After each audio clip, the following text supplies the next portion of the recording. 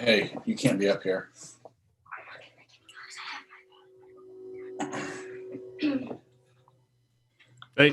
Hey, sorry, my normal cable's not working again, so it's just my built-in computer mic that you're hearing. Okay. But anything you hear will sound better because I have it plugged in normally for everything else. All right. Check this out. This is one of the coolest pieces of merchandise that anybody's ever sent me for a movie. See what that says? Ma Rainey, that's awesome. I was wondering if you got all the things the celebrities got when they got like the Coming to America box. If you got that big thing with all the shit in it. No, I didn't get the Coming to America stuff. I didn't even get a screening link to look at it early. Really? Yeah. But I got a lot of really cool stuff. Oh yeah. Yeah, I got like from Promising Young Woman. I've got like the notepad that she uses, a copy of that. So that was awesome. That's really cool. I ended up voting for that for Best Picture and for Carey Mulligan for Best Actress tonight at the Critics' Choice Awards.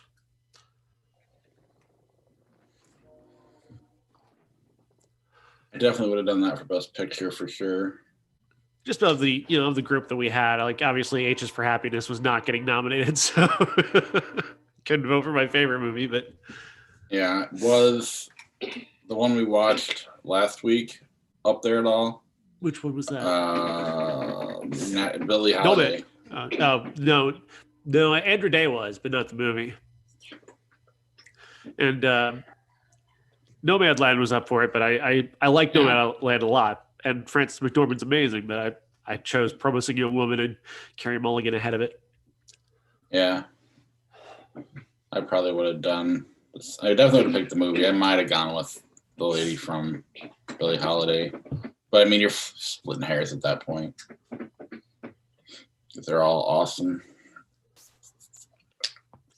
Is Zach joining us? Yeah, he should. It looks like he looked at the link, so. Cool. He should be clicking in any moment now.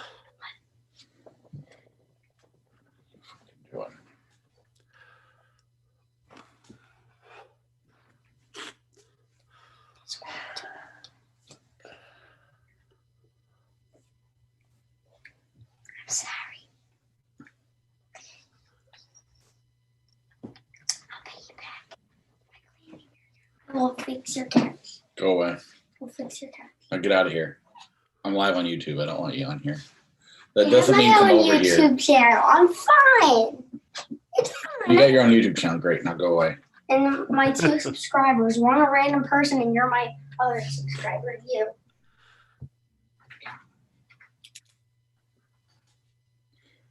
There he is. Do I do it on credit card? Huh?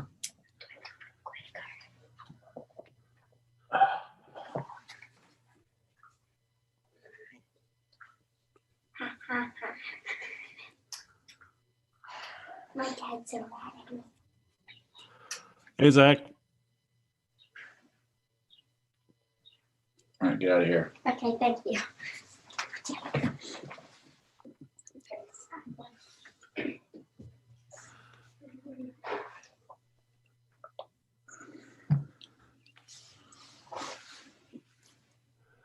Is he muted? He's connecting to the audio now. Okay. All right. Can you guys There hear he me? is. Yep. My internet's running a little choppy today, so we'll see how that goes. All right, Bob. During the news, Zach and I will do a quick thing on WandaVision. Just wrap that up in a couple minutes, and that's where we'll get that out of the way. WandaVision. That's a TV show. I know. Has that movie quality though? Blah blah blah. I haven't seen 30 seconds of it. Oh, So, we need to fix that. I'm good.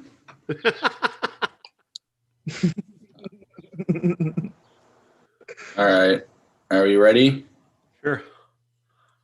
You won't be able to hear the song, so don't say anything. All right, here it goes.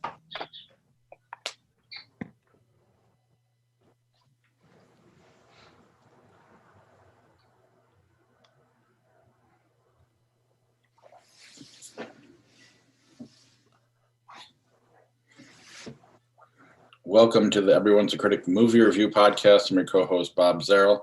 With me, as always, is professional film critic Sean Patrick. And joining us this week is Zach Covemaker. Visit us at ihatecritics.net, everyone's a critic podcast.com, Facebook, Twitter, Instagram. Our handle's CriticsPod. Listen to us at Apple Podcasts, Google Podcasts, Spotify, Stitcher, Alexa, all your podcatchers. Subscribe to the show, rate, review the show. We're also on YouTube. If you search Everyone's a Critic movie review podcast or Critics Pod, we do record live Sunday mornings or Monday evenings. Randomly, you'll never know. So click on the subscribe, the little bell in the right-hand corner, I believe it is. Maybe it's the left. One of the corners, there's a bell. Click on it, and it'll tell you when you'll get a notification when we're going live. And subscribe there as well. We'll try to read comments better. There has been some good ones over the last few months. And then patreon.com/criticspod is the best way to help support the podcast. But we also have TeePublic merch. If you search Critics Pod, Everyone's a Critic movie review podcast at TeePublic, you'll get our stuff. Or go to ihatecritics.net and click on the TeePublic link in the right-hand corner. You can get yourself shirts. I got these notepads, a little Batman vs. Jesus notepad I'm working with right now. The Willem Dafoe one is back here. All sorts of stuff. Mugs. I'm the stereotype of the podcaster who lives with his parents in the basement as I'm looking at myself in the... This is literally all the junk I own. I don't own anything else. So I'm not... I mean, I don't watch WandaVision and Mandalorian and all that garbage. So speaking of... You monster. Apparently, WandaVision is something's going on there. It's a TV show on Disney Plus, and it's from the Marvel universe, and it's featuring characters from the movies. Bob. Oh, Yeah, it's Nice. important to the story. Good luck watching Doctor Strange now, son. You know that's a significant concern that Bob has with watching Doctor Strange. Oh, I know. So WandaVision I saw the single tear come down the cheek. WandaVision ended this past Friday, and it ended on, I don't know, not a great note for me. I like the series a lot, but there's a lot of wheel spinning in this. For those who haven't watched it, like Bob, just Wanda Maximoff has taken an entire town hostage, turned it into her sort of fantasy world where she's brought Vision back to life. And they live in this sort of sitcom fantasy that changes week after week. So it starts off as this pastiche on the Dick Van Dyke Show, and then it becomes Bewitched. It becomes Malcolm in the Middle, Modern Family, all throughout, all different episodes. Just kind of taking off on something that happened in her life where she was kind of clinging to childhood memories of sitcoms and the perfection that sitcoms embodied. Clever idea, clever concept, and very well executed. And it creates a great deal of mystery and suspense early on. And throughout, I was really impressed with the acting and with Olsen especially. I think she's pretty incredible throughout this. The ending though left me kind of cold, Zach.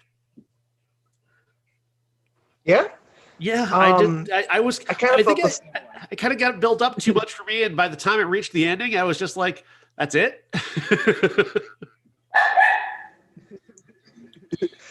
So what happens? Everybody saw that. it. It basically ends with her winning. Obviously, basically, it beats evil, but yeah.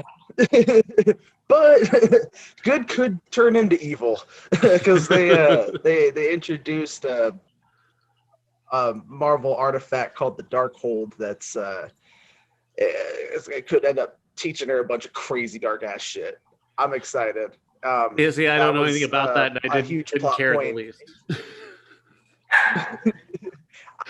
I cared. I got a little bit of a pop out of that, but I also understand this is what you'd hate about this show is that there's so much research that would go into having to watch it. Like you have to Right. go in and read about all the Easter eggs to get the entire universe. And I didn't mind some of that stuff, but I didn't do any of the research. I didn't do any of the extra reading, Zach. I understand. We've had many discussions about that in the past. No, I get you.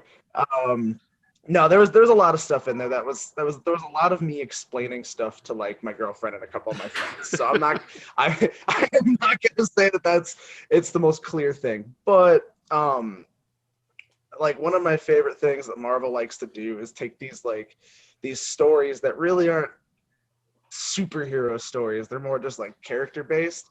And I don't know, I kind of enjoy it. I like more the superhero in a normal everyday situation type deal. And the fucking Malcolm in the Middle episode, I was just like grinning ear to ear the whole time because that was just stupid. It's just superheroes going trick or treating.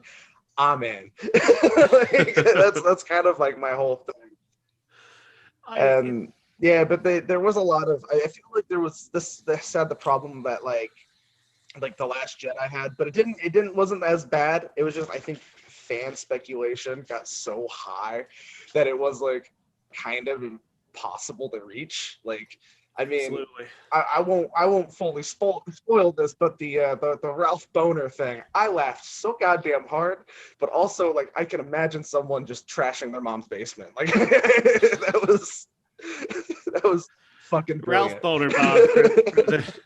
To explain this not particularly great joke, they brought back Quicksilver, who, of course, Aaron Taylor Johnson's character was killed in Age of Ultron, but they didn't bring back Aaron Taylor Johnson. They brought back the Quicksilver from the X-Men universe, played by Evan Peters, and had him come back as Quicksilver. Of course, that's Wanda's brother. And she was very confused by that. She didn't know where that came from. And it did create a great deal of intrigue. But the payoff is that he was just being controlled by the overall villain who took this guy named Ralph Boner and had him be Quicksilver to screw with it. And really what it did, though, is really screw over fans of the X-Men universe who like that character. He died too, right? I know. The whole time Did he? I don't remember. No, he ended up. He was alive at the end of that. The Dark Phoenix. I think. Well said, Bob. That movie's just like a gray blob at this point. I haven't seen that either. I knew there was two different guys who played that role. That's all.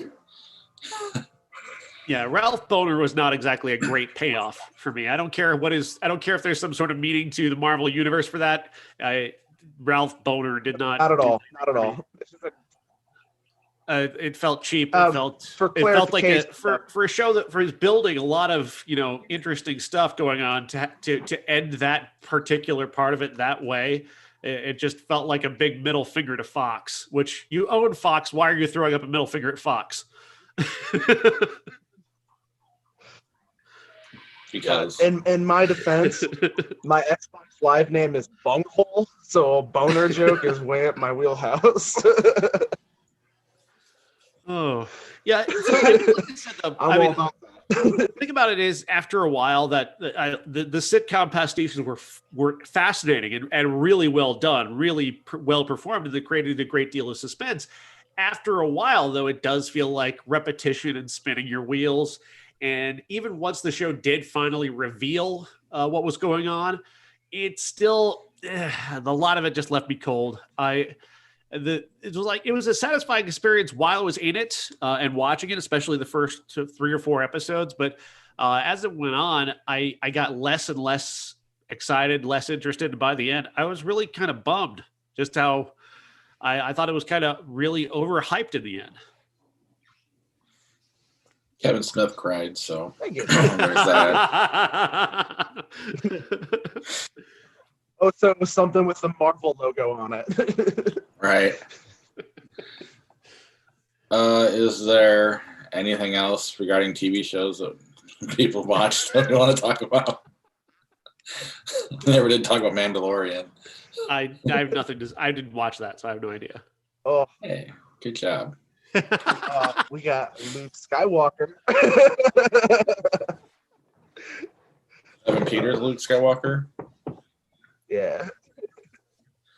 No. I was like, really? You were like, yeah. No. Sometimes the lag is good. Yeah, I have a feeling there might be a lot of lag on my end. It could make for fun jokes later, though. Got that Century Link. Oh, I'm sorry. All right. Let's get anything else before we start the show. No, that's that for that. We can.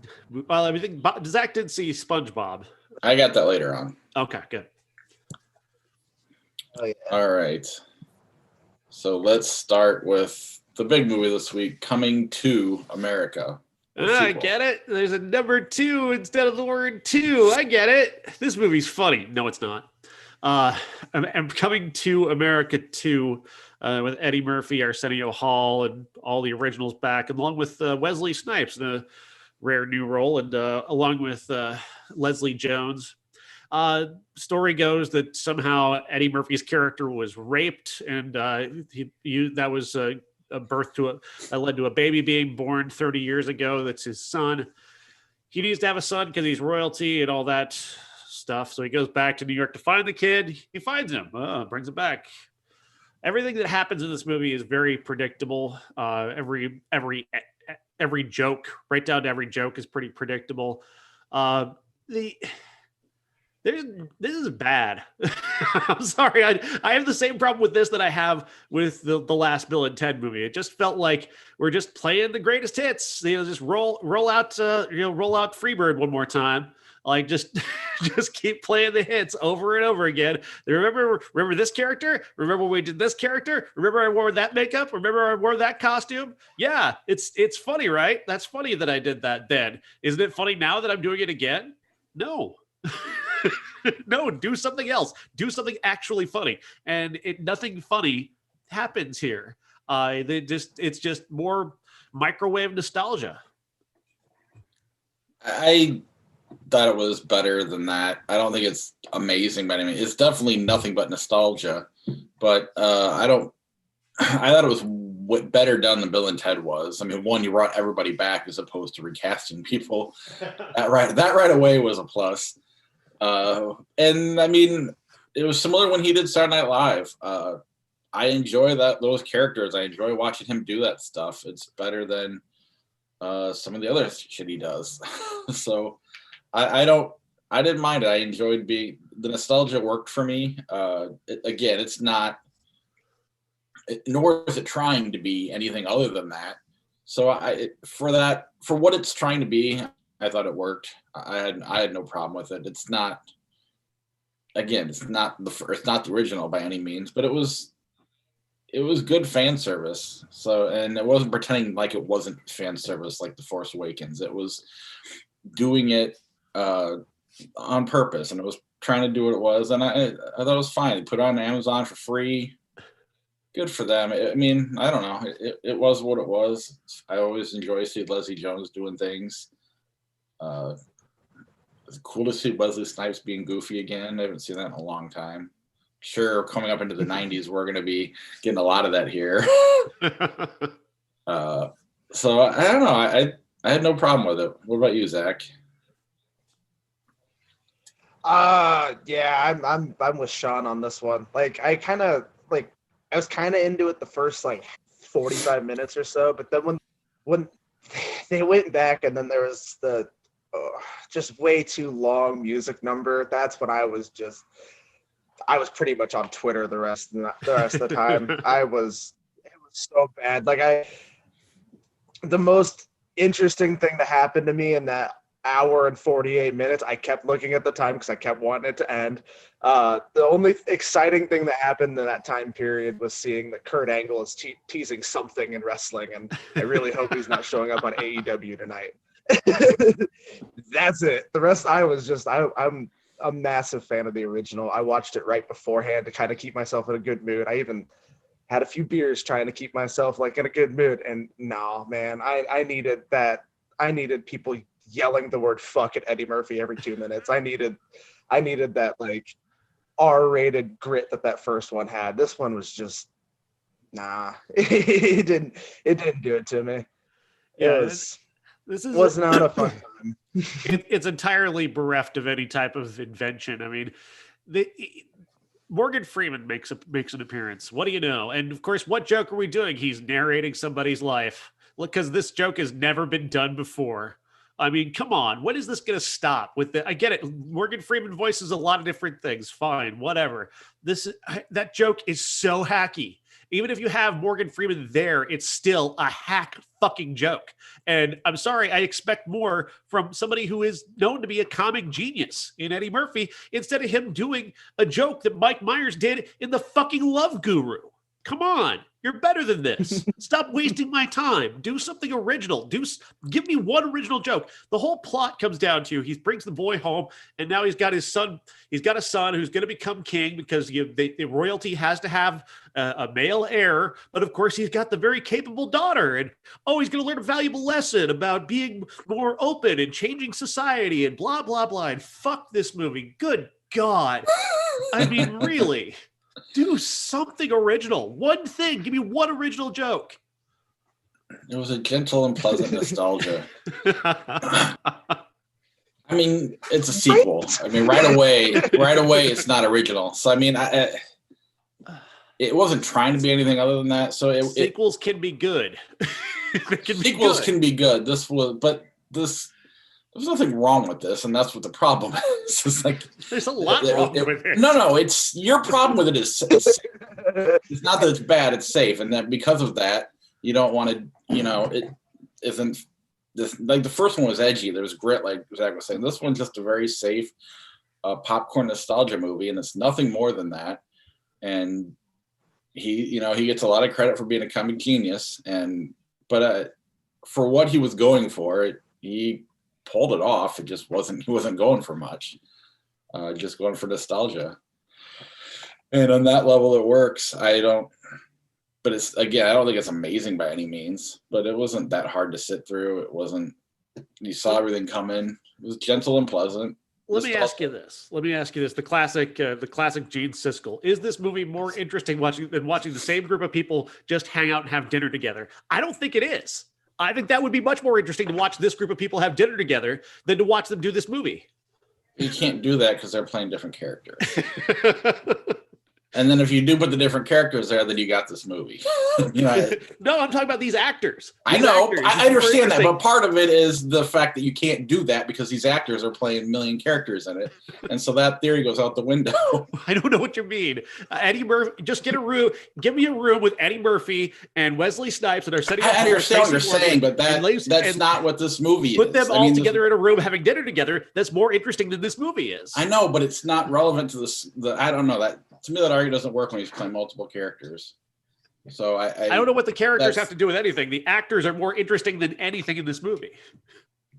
It's a safe movie, and it's fine for what it is. It's bad. It's straight up bad. Nothing wrong with it other than being safe. Does Eddie Murphy know how weed works? Because that was apparently for him, weed is a roofie. They're just like, and then they're like raped or something, or they see like unicorns. Like, it's just Hollywood. Come on. like I will say this though. Like I know we've been shitting on it. Leslie Jones was a delight. I enjoyed seeing her. I want to see a movie with just her and Tracy Morgan. I don't even give a fuck if it's these characters. I don't care. I want more of them on screen. They were like probably the only fun parts of that. Like, everything else just made me like really sad that I watched this instead of going to watch UFC. I think your average audience is gonna like the nostalgia version of it. The critical audience is definitely not. It's not. There's nothing special about it, but I do think the average audience will be like, "Oh, this is fun, good little memory," and I might make them go watch the original again. Full disclosure, I don't love the original. I do. So. I had a little poster the size of my wall in our bedroom. All right. Like Comedy Central used to play that, Trading Places, and the Royal Tenenbaums like constantly. I love that movie, man. I love Coming to America. That is like a huge chunk of my childhood. What was the Trading Places reference in this movie, though? What was that about? Just sort of random, out of nowhere skit with Colin It Jost. was a lot of, yeah, I mean, it was a lot of Family Guy type humor. Yeah. It was just kind of random. But I don't know. Anyway, let's move on to Moxie, the Netflix movie directed by Amy Poehler. Moxie is by Amy directed by Amy Poehler, and tells the story of a girl who kind of sort of wakes up to the sexism of her school for the very first time. And this is via another character who arrives at her school and is being terribly mistreated by people, specifically by the most popular guy in school. She sees this, and it begins to kind of awaken something in her head that there is a baked in sort of sexist angle to this school, to the way that people treat each other, the way people talk to each other. And finally, she just kind of has enough of it. She creates this zine, this little tiny handout magazine that she puts into the girls' bathroom, and girls start reading it and start having this similar thoughts. And a group of them come together, and they're sharing more of these thoughts and more of these things that are bothering them. And it grows into a movement where, it's going to ride towards an ending that is not particularly well earned or well executed, but overall, I think this is a good movie. It made me laugh, but it also has a lot of very essential things to think about, and little tiny microaggressions that people have let go for so very, very long, and we've allowed boys will be boys to be an attitude that has lasted for far too long. And this is a movie. This is a real big middle finger to the boys will be boys attitude that has pervaded our society and especially our school systems for decades. And that, at the very least, made this movie incredibly valuable to me, if not a great movie. Because again, towards the end, it takes this turn. Like at the very end, they introduce this sexual assault angle that is not well earned. This is not a movie that has enough substance to it to go to that point. And that kind of was a little much. But overall, I thought this movie was really good. I thought it was fine. I agree with everything you're saying about what it's about, but it made it a heightened reality, which kind of took all which I think proves your point towards the end, takes a lot of the substance out of it, which then you lose, that ending doesn't work because if you did this movie in like Elections tone, that movie, yeah, this would have been like the movie, like you're talking about it for years to come. Otherwise, this is just it's like in a safe word I want to use, a too safe girl power movie, which nothing's wrong with it. It's entertaining. Amy Poehler is always, I like her sense of humor. She's a good writer. I mean, I thought she was a competent director. I mean, yeah, maybe you went a little too, you didn't quite earn the end, but I mean, it works as a watchable movie. But I think it's just a little safe, and it could have been, if you had more realistic conflict instead of this heightened reality where everybody gets along, except it made me want something else as opposed to what it is. And that's not fair to the movie, but I would just say it's fine. It's good, but it's not great. And it could have been great. I mean, it could have been a movie talked about for years had they taken the reality from heightened to more, what it is right now, for real. Yeah. That said, I liked a lot of the things that this movie at least touches upon. Like, right. There's one aspect that, and I know I'm not qualified to talk about it from my perspective, but I'm going to bring it up anyway. There's this bit about a girl who wears who's developed a little bit faster than the other girls. She's got relatively large breasts for a teenager. She's wearing a strappy shirt, and she gets in trouble for that. They want to send her home and tell her that she's violating the dress code or whatever.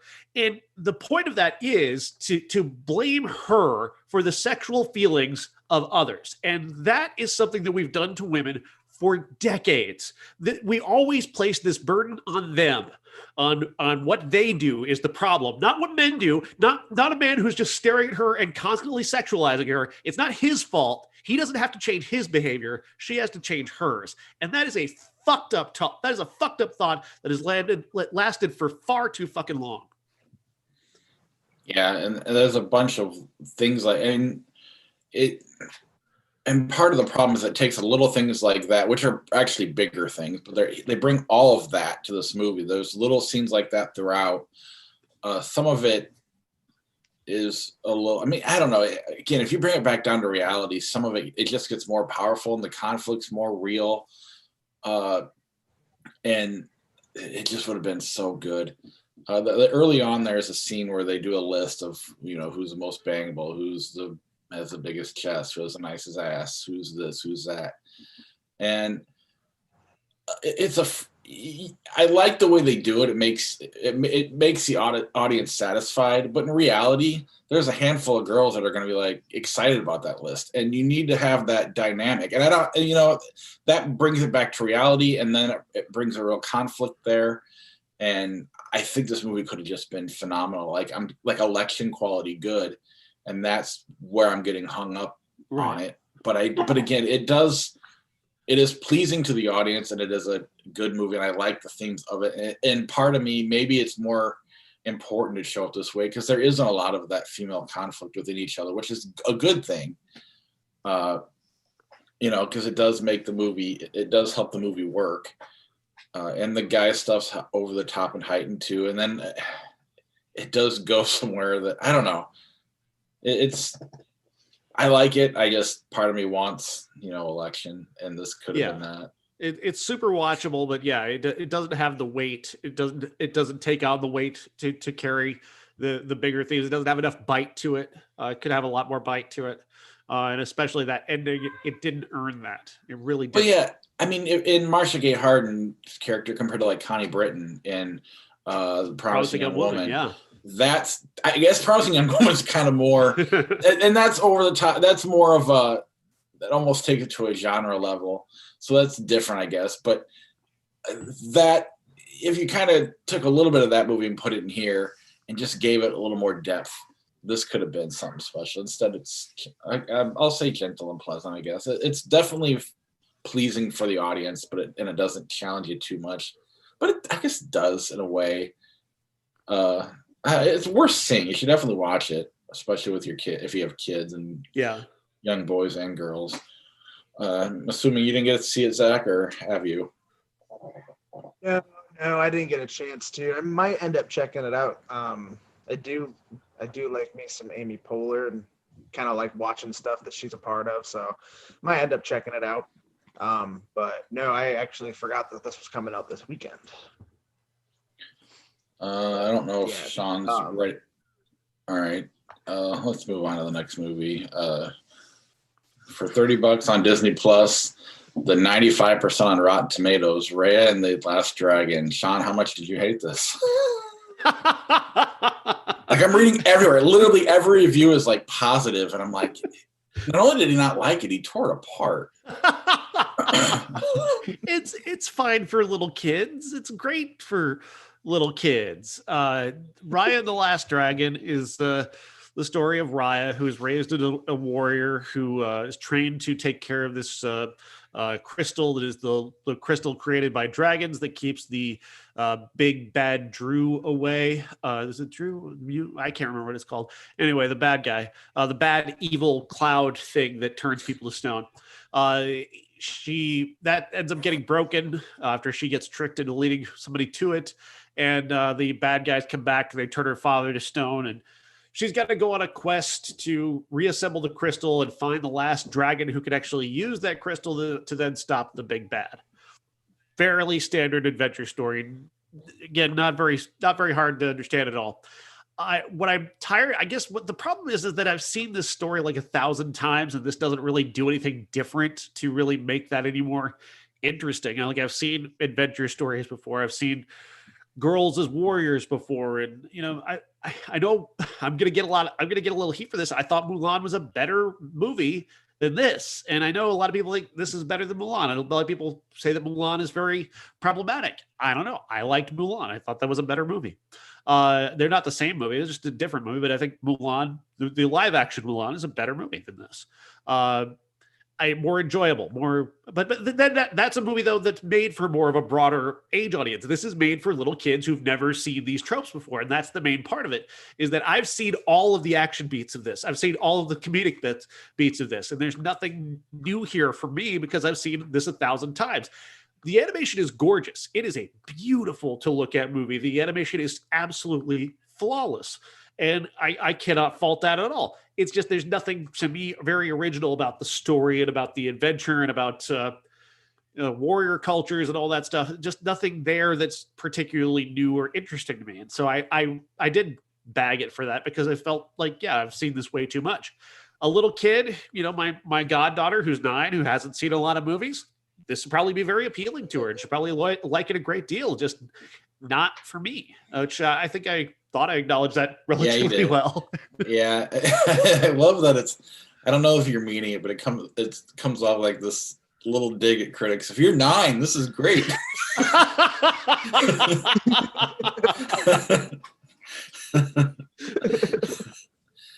Obviously I didn't watch it. We were excited to, and then all of a sudden I'm like, oh shit, this is one of those $30 Disney Plus movies.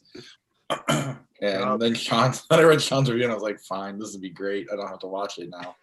And then I was putting all this together and I'm like, holy shit, this is like acclaimed, certified fresh. What the hell is going on here? But again, I get what you're saying. And there's nothing wrong with reviewing it honestly like that as opposed to, but I'm assuming they were praising the animation. I would assume so. And yeah, there's nothing wrong with it. It's just I've seen it all before.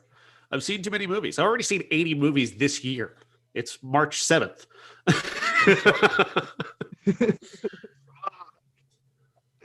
wonder what you thought of this one. Tell me you didn't watch it. Turns out, I didn't realize I don't have Hulu. You have Disney Plus and you don't have Hulu? I don't have Hulu. Yeah. Supposed to come with Disney Plus. I have a friend's Disney Plus. So I did watch it. Man, this is what Josh Adams needs to be here to explain this one. This is one of those time travel video game type movies where, like Edge of Tomorrow, where he just keeps repeating the day trying to beat the level. And the level saves the world. It's clever enough. It was entertaining enough. You've seen it before in Edge of Tomorrow, and even you got the Groundhog Day movies, and it's Mel Gibson's a good enough bad guy. This guy's he's got enough chemistry. What's the word? Chemistry's not the right word. Charisma.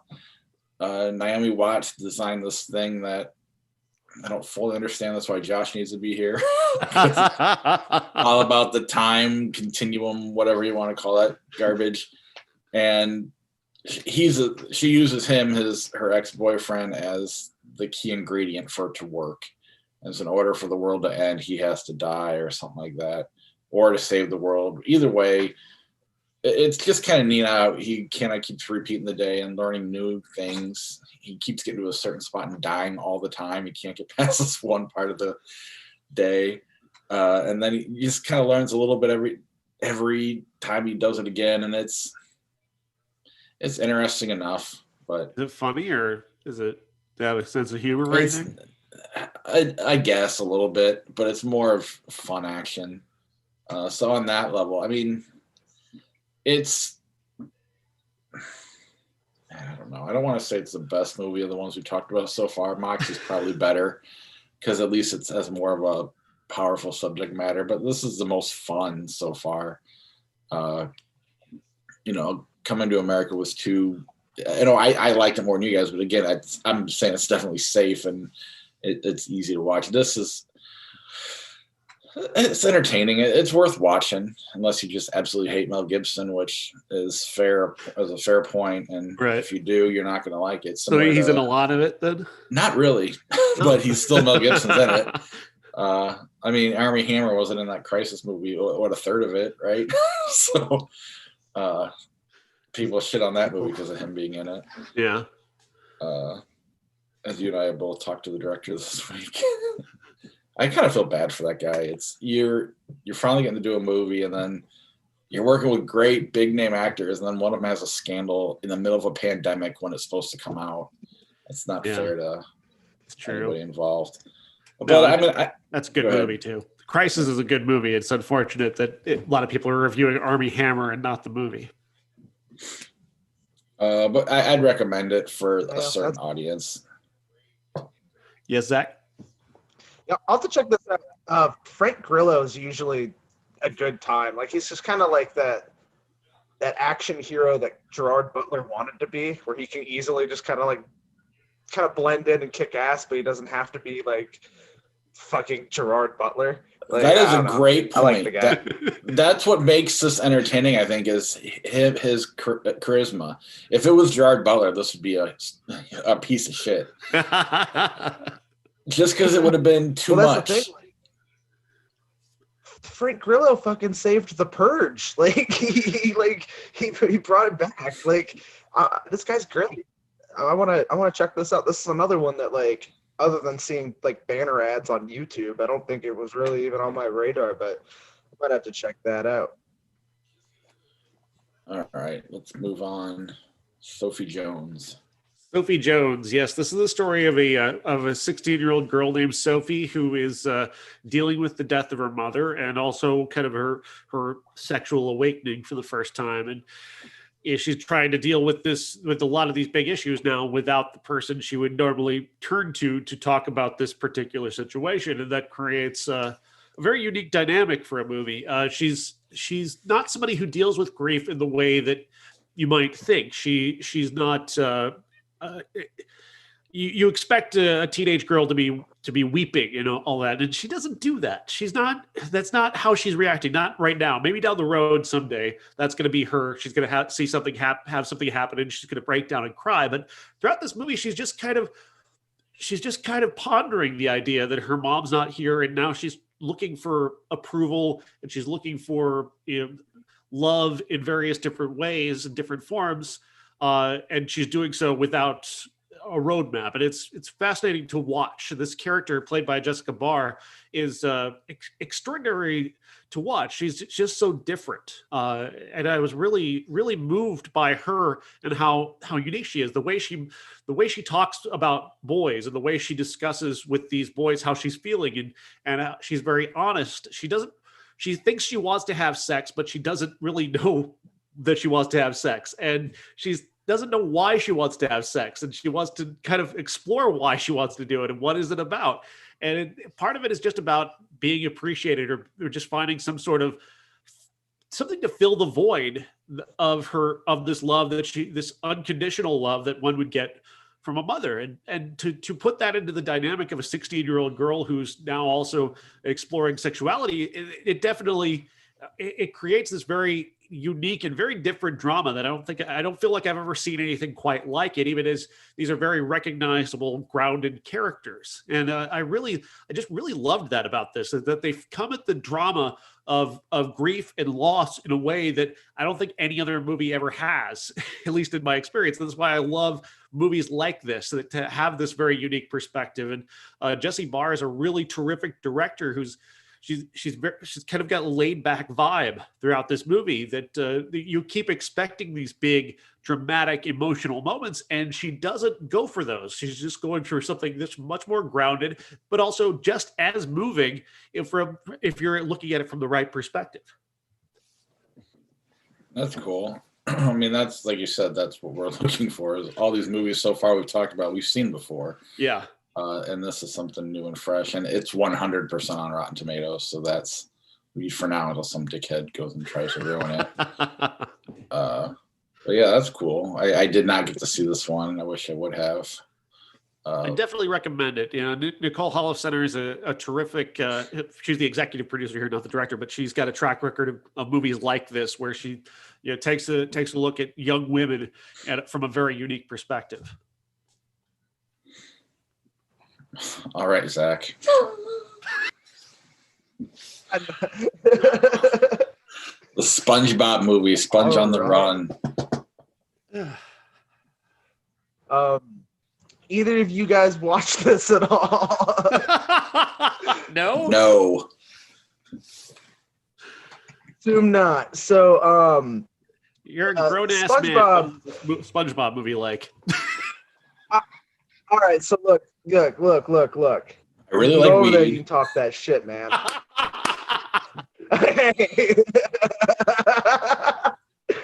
No comment. No, so SpongeBob's been around pretty much my whole life. It came out when I was 6. I remember watching it. I will always love this shit. So this is the third SpongeBob movie, and they decided to take it in 3D animation this time. They decided to take it a different route. I was a little I'm not gonna lie. I thought that this was just gonna be like a lame cash grab because they've got some CGI show coming out on Paramount Plus where they're like kids, and this is supposed to be tied in. Nah, man, this shit was fun. It was a good time. It was dumb. I'm not gonna sit here and be like, it's the best movie ever. It's not. The first two are way better, but the way they animated everything, they nailed that shit. They nailed the that old school feel. It was the same dumbass story we've all gotten used to. Gary's gone missing. His snail's gone missing, and it's been taken to Atlantic City where Poseidon lives. That's it. SpongeBob's got to travel across the ocean to go get him. Randomly, Snoop Dogg shows up, and there's a music video. Keanu Reeves plays a fucking tumbleweed. It's exactly what you want. Tiffany Haddish's in it. Like, it's just kind of, you shut your brain off and go with it, and then all of a sudden you're in a Western bar and Snoop Dogg's rapping to SpongeBob. It's what you want. It's what the people want. This sounds exactly like Coming to America. At one point, En Vogue and Salt and Pepper. It is, but like, I'm glad. Except for like, I didn't go to Twitter once the singing. I wish my SpongeBob was rated R. Don't get me started. That would be some shit. I feel like Tom Kenny. If Tom Kenny was able to say the word "fuck" as SpongeBob, that show would be amazing. I mean, now that the kids are all your age, I know kids stayed with it, but you really could have done that. I'm surprised nobody has Easily, taken. Go ahead. I'll give it some time. We've got Paramount Plus now. Like, anything's possible. Like, I was just scrolling through because we got it, because fuck. And on there, they have some like TVMA Star Trek show. So anything's possible. Like, literally, if they're gonna go get a little raunchy with Star Trek, we might fuck around with some SpongeBob later. Other than, we'll finally get a little more adult. It'll be a lot better than that cursed image of SpongeBob Square Nuts that bounces around the internet. Oh. So I think it's some good shit. But no, this movie, if you like SpongeBob, you're gonna like this. If you don't like SpongeBob, this isn't gonna change your mind. If you're into this, don't be afraid that it's 3D. It honestly is way better than I thought it would be, and I think if you like this, you'll like it. That's all I got. Us 90s babies, we got SpongeBob. I have a SpongeBob tattoo like on my knee. So got my boy Doodle Bob. So this shit's always coming with me. Nice. All right, sometime other than now. Yes, sometime other than now stars Donald Logue and Kate Walsh in a movie about a man who drives halfway across the country to find his daughter that he'd left behind years ago, following the death of the woman he'd had sex with and had given birth to this girl. He goes across the country to try and find her, and along the way, he ends up at this hotel in New England where he begins this sort of tentative romance with Kate Walsh's character, who owns the hotel, and it's really. Again, there's a lot of stuff you've seen here before, but I think the key to this movie is the performances, and the performances are very good. I love Kate Walsh. I've been in love with her for years now because I watched every episode of Private Practice, even when that show was terrible, because she's very interesting. And Donald Logue is really very lived in this character. He really feels like he's this guy. and that authenticity carries the day with this. There's an element to this movie where you don't at first know why he's there, and then you're kind of slowly coming to understand why he's there, and his backstory is slowly unveiled, but you never find out why he left. Like, you hear there's a scene where the daughter is talking to him about the connection that they had and the moments that they had in their lives where they were like best friends, and then but we never find out what it was that made him leave. And I thought that's such an interesting thing to leave out, and it comes from the fact that in real life, how often do you really get that moment where somebody, comes right out and says the thing that everybody wants to know? Like, it's just, that's a little thing, but I liked that. I liked the honesty of the romance between him and Kate Walsh. There's a very honest quality to them. They were both the same. They're nearly the same age. That's a new one for Hollywood as well, in a way. She is a lot more attractive than him, but you can see why women would be attracted to him. So that's all right. This movie does have some issues. Like, it suffers from that idea that any attractive woman is going to want to sleep with a guy like Donald Logue, no matter who they are, no matter what the circumstances are. Because there's a scene late where he meets this bartender who's really super attractive, and you're just like, just don't fuck her. Don't do that. Like, no, every woman he meets who's not related to him wants to sleep with him because that's the director's fantasy. That's fine. I get it. I get it, but I don't mind so much because I like these characters enough. Have you seen Gotham? Say what? Have you seen Gotham? No. Have you seen Gotham? Because honestly, I'd probably fuck him.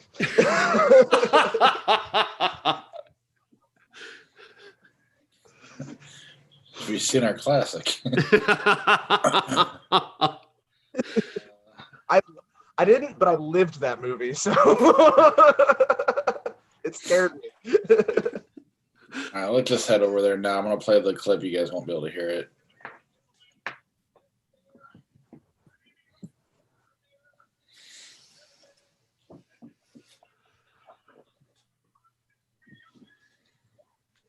The Tao of Steve.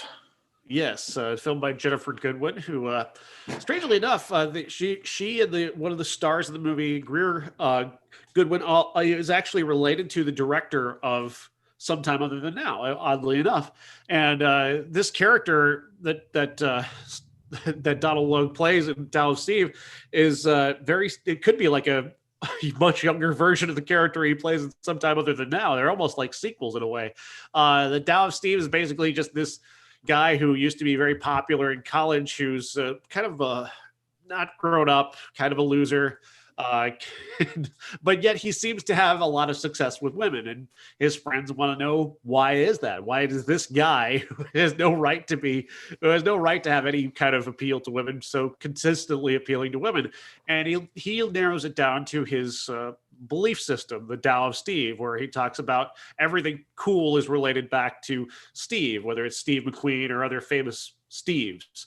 And he talks about how he's got various different theories about why or what attracts women, and it apparently works for him. He of course is going to change because he meets a woman who is more appealing than most. It crosses a bunch of his lines that he has about his philosophy, and that leads him in a different direction to perhaps have a future and grow up. And it's well done. He's such an interesting character, and he's such a funny guy. And he's an appealing person in some ways and a not very appealing person in other ways. And I think the main thing about this movie that is so appealing is that he feels like somebody you know. He talks like your friends do. He acts like your friends do. And I think that's the great appeal of this movie. I think it could have worked without the cliche of here's the rule system and follow this. And I think the acting and, like you said, the way he talks, that like means someone you know. I think you could have done just a talking, Kevin Smith like movie, or Richard Linklater, some of those type. With this character, you could have thrown out that cliche and still had a real conflict in a real movie that would have worked better. I mean, it still works. Right. They overcome it, but it could have been something really special if you didn't have to have that cliche. That's the only thing that kind of had me like, I've never met anybody that had a list. I mean, I guess I should say that. the guys I have met are like they're few and far between, and they're total Right. pieces of shit, and they don't look like him, but they do act like him, I guess. Yeah. But it does work because he is very good at playing this character. Like I didn't see the other movie, but based on the trailer, he did look like the same character. And I've seen him in other things, and he's played this versions of this before. He's good at playing himself, I guess, in a way. Maybe he's nothing like this, but he's good at this in this lane, I guess is what I'm trying to say. Definitely watchable. Have you ever seen it, Zach, or no? No, I actually hadn't heard about it, but Sean mentioned it to me. I looked up the trailer, and I unfortunately didn't have enough time to check it out because it did seem like something I would have been into because I do like him a lot. He's real good playing the schlubby guy, the type. I guess schlubby would maybe be the word for it, but I don't know. That kind of just like thing that he's got going on for him. And this is kind of his breakout role, right? I didn't check it out. Yeah, it's worth seeing. It's very watchable, very well directed. And the point you made though, Bob, about conflict earlier, I wanted to point out that just to underline your point, the way that they arrive at the point where they divide him from the woman he's begun to fall in love with is a highly cliched scene because it involves people. It's like the one scene in the movie that involves people talking like you would not talk in a group situation. One of his buddies who he's been talking to throughout the movie and trying to teach him about his philosophy so his buddy could use that philosophy to meet a woman. He walks in while our character Dex is talking to this woman that he loves, and he starts just going in about, oh man, your philosophy works, and he goes into the whole thing. Yeah, he taught me about how to sleep with women. Like, who would do that in front of his buddy's girl that he's there with? Like, there's just nobody would talk like that. And that scene, it strikes a very false note. Yeah, and the scene where he gives out, where he talks about the Tao of Steve, it's a good scene, but someone like that's not all. I mean, he's gonna say that half kidding, He's gonna have a little bit of, I don't know. You're right, and because it leads to that later on, that scene you're talking about. I just think you could have at least toned the cliche down a little bit because you know where it's gonna go, and because of that, I hate people so much. Anybody on YouTube can see. Sorry. If assholes keep walking up and down the stairs today. But your point is made even by this poster, because why do women find this man irresistible? And right there you have a very workable story that doesn't need that cliche or gimmick, not cliche, but a gimmick. It doesn't need the gimmick. Because you've got an interesting question there. Right. And the fact, just the girl that he falls for, he'd actually been with her in college and he forgot. Yeah. And that alone is a great premise and scene. You could have built off of that instead of this rule system. But the rule system's it doesn't carry the movie by any stretch. It's just there. And this movie definitely overcomes it because of the acting and the dialogue and the chemistry between the actors. I enjoyed it quite a bit. Yeah, I'm with you. I liked it a lot too, but you're absolutely right about the conflict and about that gimmick. Mm-hmm. 1991, New Jack City. I'd never seen this until this weekend. Yeah, I've seen that a lot. and I'm early on in the podcast. You guys all know, or Zach probably doesn't know. I kept praising this movie called Who's His Man, like the first couple of years. Why I got to that one and not this? That one's way more funny. This one's way better, way more well done. It's a little over the top. Yeah. But I can't believe I never saw this. New Jack City stars Wesley Snipes as a crime boss who uses crack to rise to the top of the drug world in New York. Ice-T and Judd Nelson are cops who are assigned to try and take him down, and Chris Rock is a crack addict who they use to get them to the inside. And I think a lot of this movie is very good. There's other elements of it that is some of it's just so stuck in the night. It's just so of its time that it doesn't really it feels like a cliche only now because of everything that came Because after. it created the cliche. Yeah. Yeah, exactly. But I mean, I was like watching this going, I can't believe how many times I've recalled back to scenes in this, like, am I my brother's keeper? Yes, I am, or all that stuff. Like just the times where my friends and I would refer to this movie without even thinking about it. And yet there's elements of this that are really good. Like Wesley Snipes is unbelievably great. Like he is just so believable as this just evil bastard who's just consumed by cash and women and the lifestyle is just brilliant. And you do want to see him get his comeuppance. Ice-T feels like he's in a different movie. Like he feels like he's like an after-school special at times when he's talking about crack and cocaine, and it's Ice-T who, you've heard him rap about this stuff, and then to hear him talk about, the evils of crack, he comes off like he's in an after-school special with some of his dialogue, and that's really a weird dynamic that kind of throws off the movie to me. He's authentic, and I mean, you feel like Ice-T's played a cop for 35 years now. And I think I want to stop you there because I think I didn't notice that, but I bet at the time, it definitely, because you said he's been playing a cop ever since, Cop Killer. He's been playing a cop nonstop since then, and I'm so used to that when I go, I thought he was awesome in this, but to your point, if I watched this in '91, it definitely would have been kind of odd. I mean, even like a movie like Heat. That De Niro Pacino thing, definitely Snipes and Ice-T have that here, and clearly he comes 10 years later or whatever. Yeah, it's what I think I get. What kind of keeps this from being like a great classic movie is how cool it is. Wesley Snipes is very cool. Ice-T and Judd Nelson are cool, and Mario Van Peebles are cool looking cops. I think that element of cool kind of keeps it from being, perfect or great, but it definitely rides that cool. I mean, it's definitely cool, a cool movie. Chris Rock is really, really good. His voice is perfect for the character he's playing here. Normally his voice can be a distraction unless he's being full on comedy, but I was kind of shocked at how good he was in this and how young he was. Yeah, it's funny though. It's like he's parodying. It's like he played this character as a parody in "I'm Gonna Get You, Sucker," and then he does this version of it as a serious character. But I mean, I can't sit here and be like, I love Heat. It's a fun, awesome movie, and then say that this isn't. This is definitely a fun, good movie based in a reality.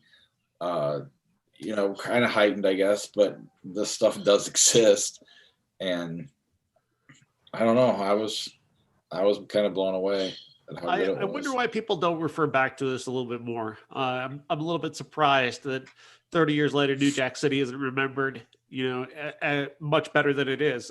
It's kind of curious why this movie doesn't have the legacy that other movies have.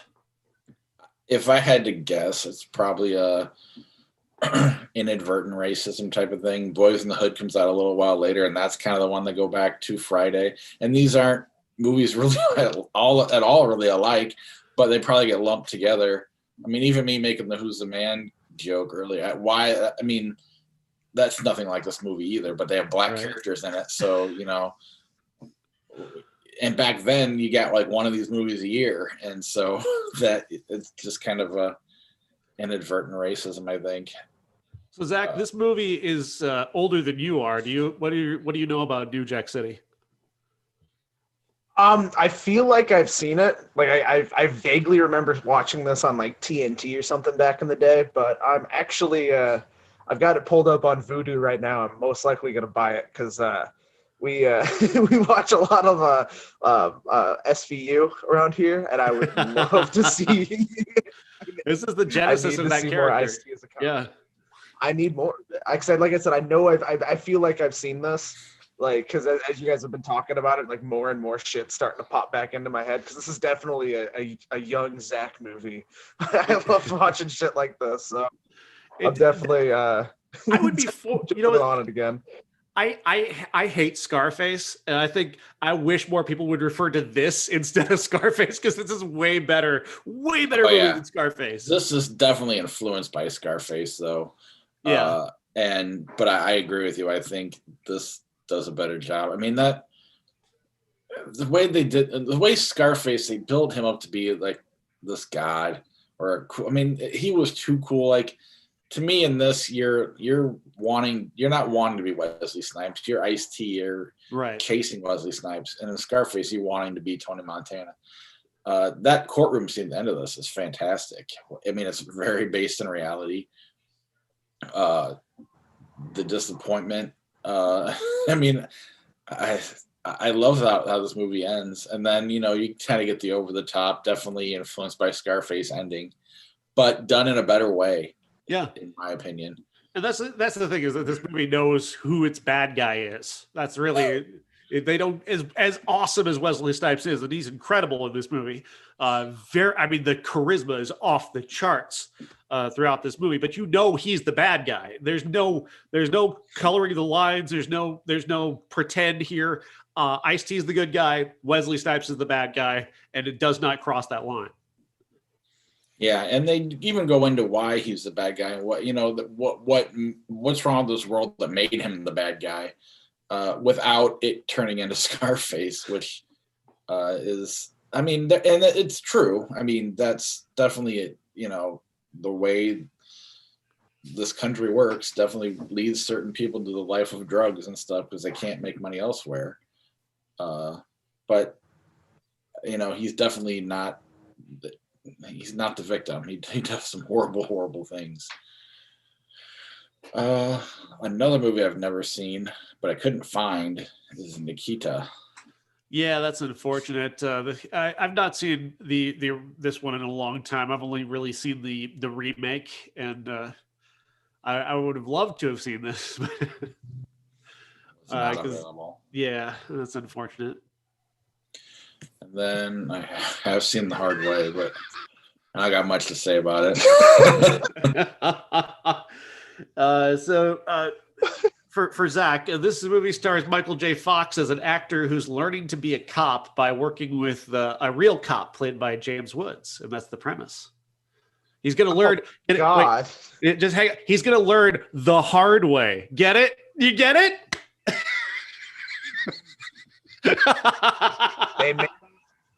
They may not understand weed, but Hollywood understands in titles. They got that shit perfect. Fuck, yeah. man. Fuck, it was bleak before 93. Well, it was just an era where Michael J. Fox is trying to go more rated R, and he's doing less of the PG movies. He had a couple other. Yeah, it's possible. I mean, he wasn't trying that hard, but he definitely wasn't sticking to the regular Alex P. Keaton stuff. All right, but that is our show, I guess. Next week we got Cherry on Apple TV, Yes Day on Netflix. We probably won't watch that if more come out because that's a kids movie. And then Kid 90 on Hulu, which I'm actually excited about. I was watching a trailer about it a trailer and then an interview before you even mentioned we were watching it. So I'm excited we're going to get to that.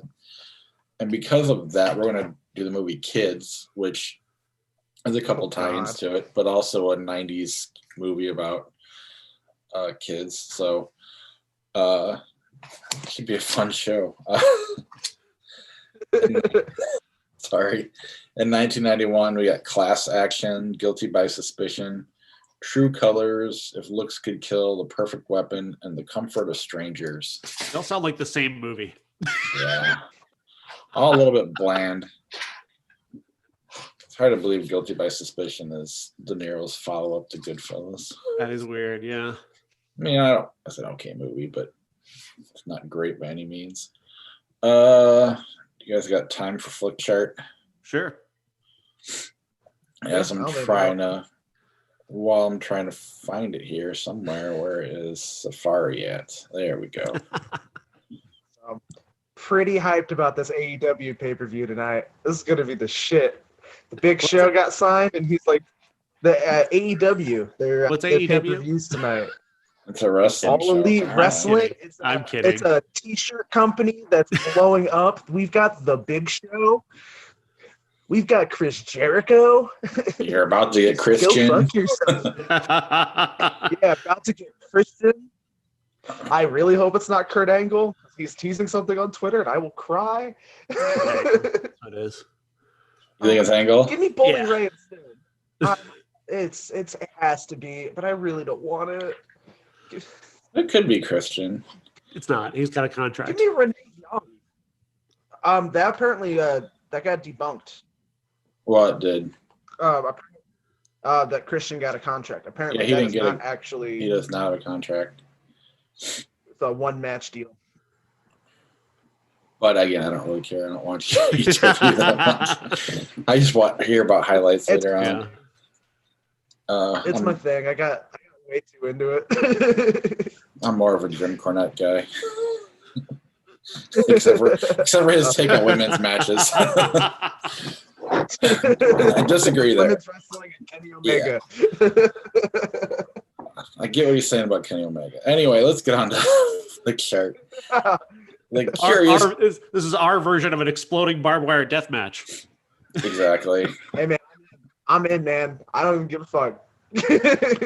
There's no chance of them dying, so why are they doing it? The Curious Case of Benjamin Button, Wedding Crashers.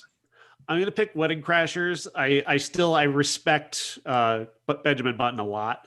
I agree completely. I'm assuming you do too. I strongly hate Benjamin Button. So I'll pick anything over Benjamin Button. Someday we'll have to watch it just to see if it gets better. Yeah.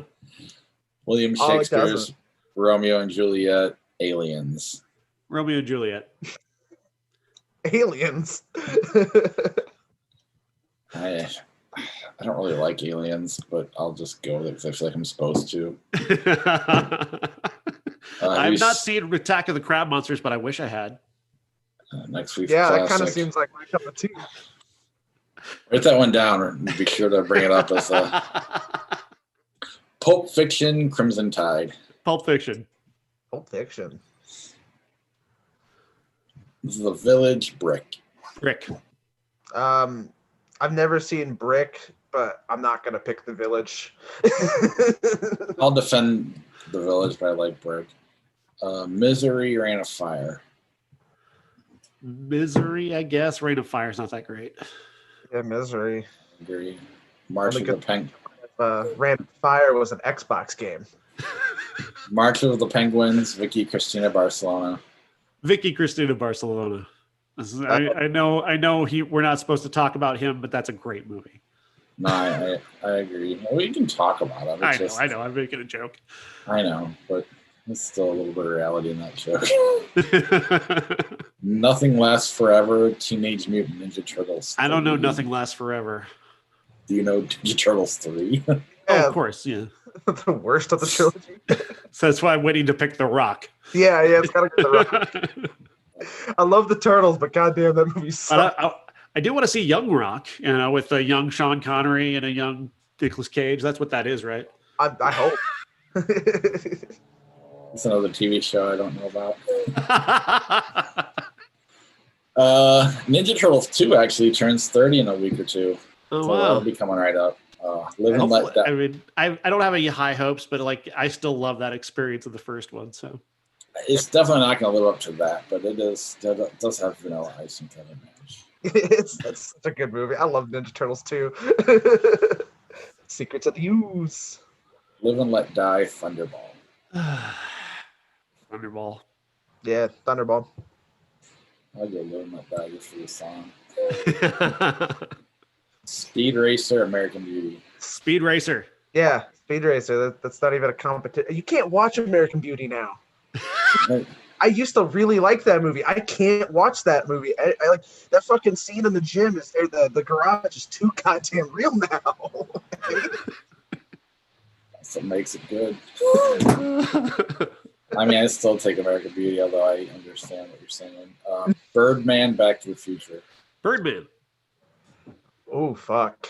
I gotta go Back to the Future, but that's a tough one for me. It's Birdman for me. Final Fantasy: The Spirits Within. So they're two movies no one gives a shit about. Yeah, truly. They both suck. They both suck. Sahara. Sahara. I just Yeah. feel like that. So we can move on. Deadpool. There's something about Mary. That's tough. That's a tough one.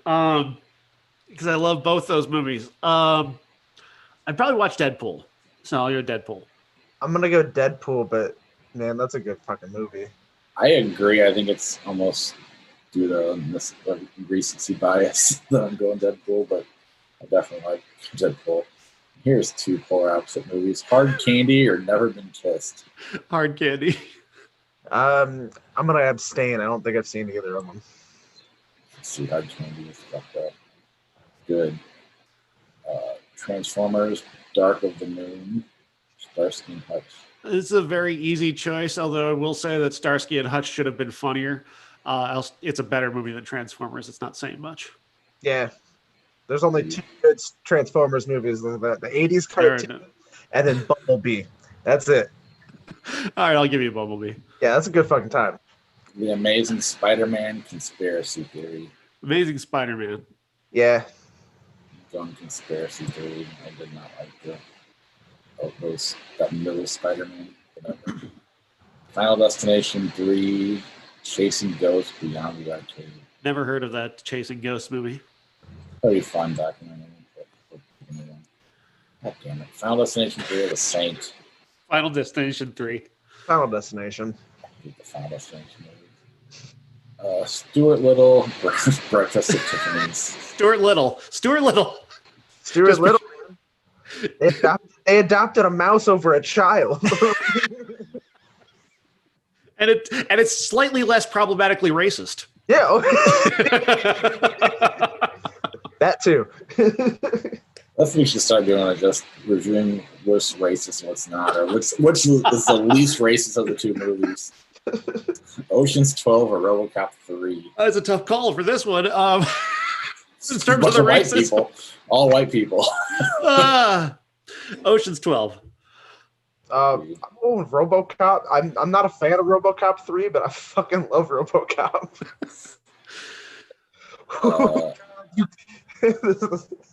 I'll go Ocean's 12. Ex Machina, Spider-Man 3. It's Ex Machina. All the way. That movie's amazing. I'm gonna say Spider-Man 3, but Ex Machina is a really it's a better movie. I'd rather watch Spider-Man 3. I like Ex Machina. I like the watchability of Ex Machina too. Yeah. Spider-Man 3 is fine. I'll defend it a little bit. A lot of people hate that one, but I don't. It's so funny. It's so fucking funny. Rocky 4, Griff the Invisible. I don't know that. Yeah, I've never heard of that one either. Rocky 4, In the Line of Fire. Rocky 4. Oh, always Rocky 4. Yeah, Clint Eastwood more and more. I don't like his movies. I like some of them, but it's getting harder and harder the more he makes them. The Last Samurai, Easy Rider. Last Samurai. I think Easy Rider is a lot of hippie bullshit. Couldn't agree more. I don't think it's either. I'll go last. Easy Rider is such a. Although, if we go back to the racism scale, it probably goes the other way. Yeah, although the Easy Rider is the most boring. So boring. Thank you. Yes. Like I remember that was one of the movies I saw trying to get into movies. I'm just like, they just ride a motorcycle across the desert. That's all they're doing. I mean, that's some things that's all people want. Like, and apparently there's like a 24-hour version of this movie. Oh God. Nothing happens. It's like watching Jerry.